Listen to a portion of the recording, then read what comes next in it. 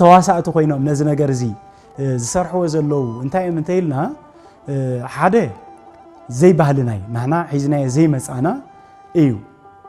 ካብ ጥንቲ እውን ሓደ ከራራይ ወይ ሓደ ደራፋይ ወይ ሓደ አዝማሪ እንዳተናዓቀ እንዳተጸርፈ ዝመጽ እዩ ሕብረተሰብና እምበር ከቢሩ ከም ወያ ቦታ ተዋሂብዎ ከም ሓደ ዓቢ ነገር ዝተሓዘ ይኮና ሕብረተሰብና ማንያቱ እቲ ሕብረተሰብ ብባህሊ ዝመጽ ጥራይ ዘይኮነስ ሃይማኖታዊ ሕብረተሰብ ስለ ዝኾነ ስለዚ ንሓደ ዋጠኛ ክብሎ ከለኮ ሎሙ ሞያ ይኮን ይኮነ ዋጠኛ ማለት ግን ጸርፊ ነይሩ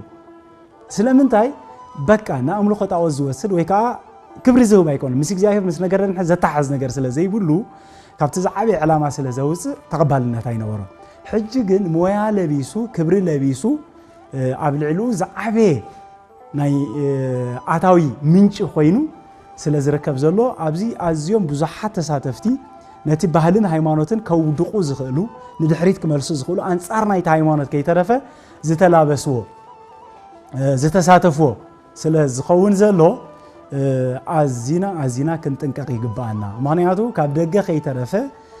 ኢንቨስት ተገይሮም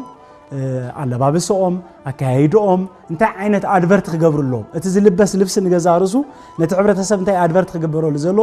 ብመደብ ተዳልዩ ተኣቂዱ ዝመፀ ሓሳብ እዩ እቲ ሕብረተሰብ ግን ኮንሰርት ለካ ተዳልዩሎ ይባል ኣብ ልዕሉ ከፊሉ ነቲ ነፍሱን ሃይማኖቱን ባህሉን ስርዓቱን ዘፍርስ ነገርሲ ከፊሉ ይኸዶ ማለት ስለምንታይ ኣኽቢሮም ኣዝዩ ብሉዝ ከም ምኾነ ኣርቲ ተባሂሉ ዝናን ገለን ካልእ ነገራት ኣትሒዞም ኣላቢሶም ስለ ዘምጽኦ እቲ ሰብ ንዑ ተገዛእን ተጸባይን ወይ ከዓ ንኽሪኦ ሃንቀውታ ከም ዝገብር ገይሮምሉ